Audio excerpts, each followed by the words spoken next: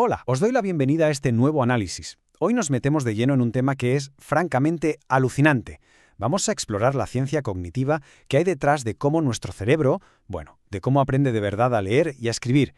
Es un viaje fascinante al interior de nuestra mente que, sin duda, va a cambiar por completo nuestra forma de ver el aprendizaje.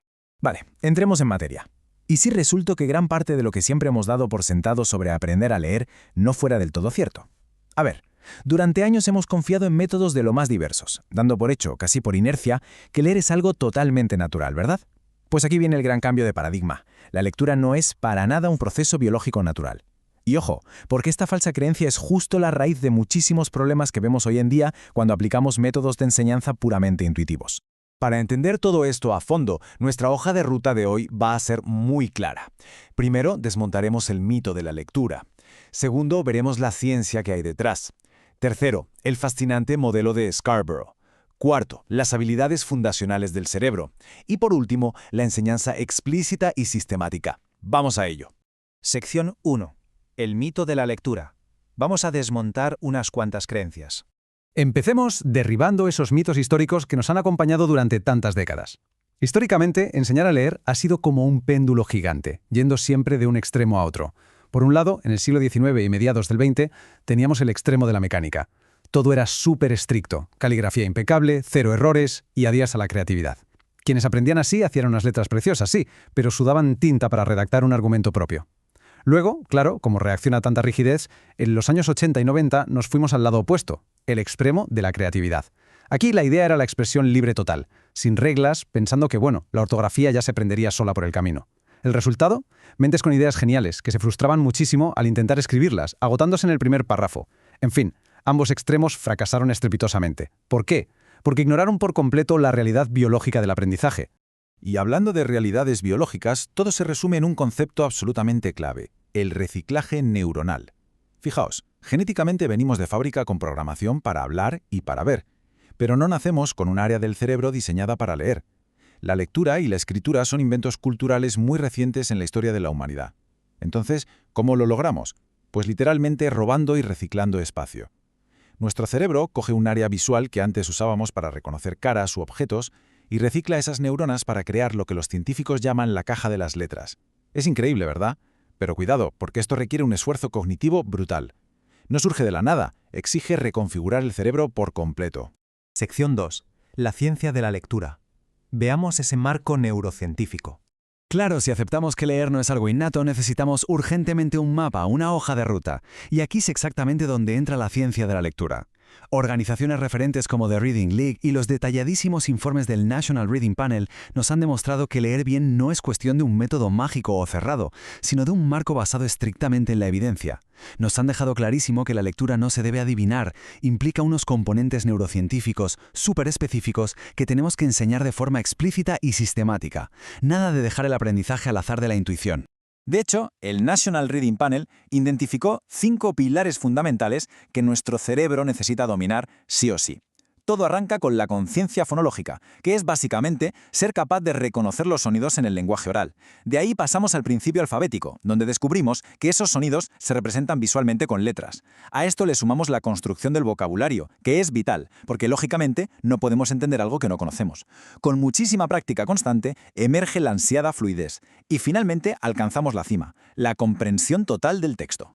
Así que, el punto crucial aquí es el siguiente. Absolutamente ninguna de estas habilidades funciona por sí sola de forma aislada. La magia de la verdadera comprensión, ese momento maravilloso donde leer cobra todo el sentido, solo ocurre cuando todos estos pilares empiezan a integrarse progresivamente dentro de nuestro complejo cerebro lector. Sección 3. El modelo de Scarborough. Vamos a ver cómo se trenzan estas habilidades. Para entender bien cómo encajan todas estas piezas tan complejas, este modelo utiliza una metáfora visual fantástica. Nos invita a imaginar la lectura como una gran cuerda formada por hebras que se van trenzando constantemente. Por un lado, tenemos las cuerdas del reconocimiento de palabras. Ahí es donde ubicamos la conciencia fonológica y la decodificación de las letras.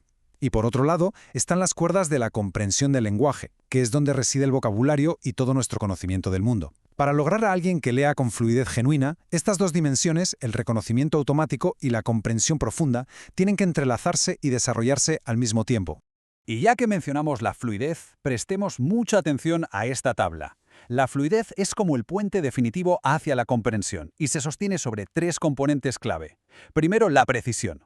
A ver, si el texto dice «el perro corría por el sendero», pero nos lo inventamos y leemos «el perro corría por el sombrero», pues el significado colapsa por completo. Los sombreros no se recorren corriendo. Segundo, la velocidad. Si alguien lee de forma lenta y silábica, en plan «el perro corría por el sendero», para cuando llega al final de la frase ya se ha olvidado de qué iba la cosa. Y tercero, la prosodia, que es la auténtica música de la lectura. No es lo mismo leer en modo plano, del tirón, «Auxilio», dijo el gato, «el perro me persigue y tengo miedo», que leer con emoción real. «Auxilio», dijo el gato, «el perro me persigue y tengo miedo». Esa prosodia, esa expresividad, es la prueba irrefutable de que se está entendiendo el contexto. Sección 4. Habilidades fundacionales del cerebro. Pasamos a la mecánica pura y dura.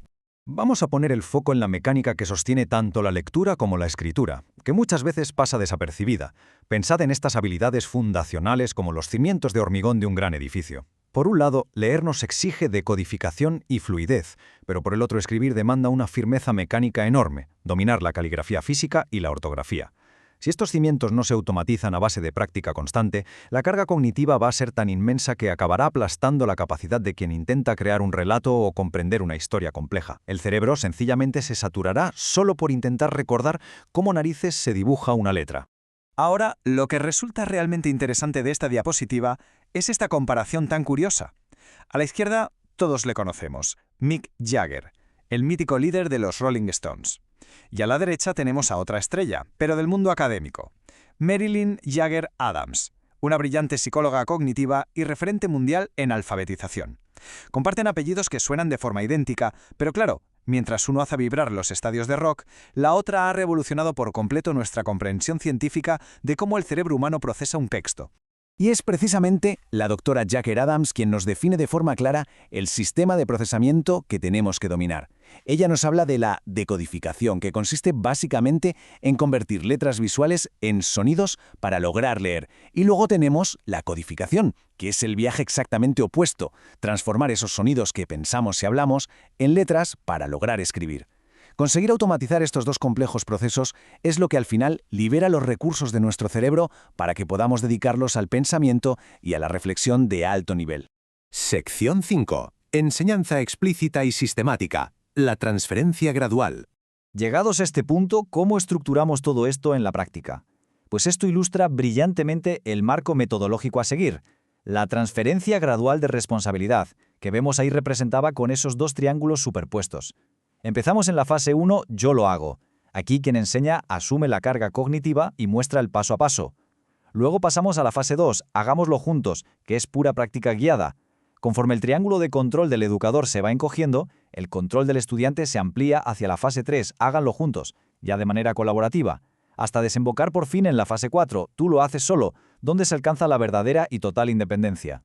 Y para ejecutar esta transferencia con éxito absoluto, necesitamos 4 pasos que son vitales. Primero, necesitamos una enseñanza que sea totalmente explícita. Aquí no hay espacio para la adivinanza. Segundo, debe ser sistemática, avanzando siempre paso a paso.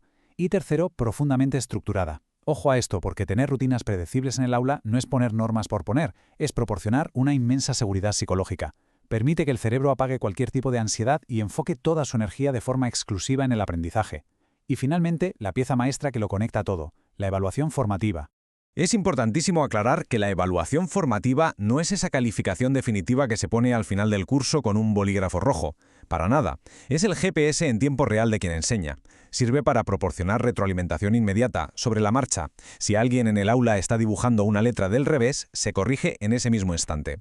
Esto nos permite ajustar esa transferencia de responsabilidad al vuelo y evitar a toda costa que el cerebro, en su intenso intento de reciclarse, automatice un error mecánico y lo deje fijado en su memoria a largo plazo.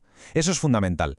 Bueno, pues hemos visto clarísimo que leer no surge por arte de magia, sino que es un auténtico prodigio de la neurociencia. Hemos comprobado que construir esa genuina caja de las letras requiere unas habilidades fundacionales de hormigón y una enseñanza totalmente explícita. Por tanto, cerramos este análisis con una reflexión decisiva. Si la ciencia ya nos ha demostrado con total claridad cómo aprende el cerebro a leer y a escribir, tirando por tierra todos esos viejos mitos, la verdadera pregunta es, ¿tenemos todo listo para transformar profundamente nuestras metodologías metodologías y alinearnos por fin con la ciencia de la lectura? Ojalá esta explicación sirva de inspiración para dar ese gran paso. ¡Hasta la próxima!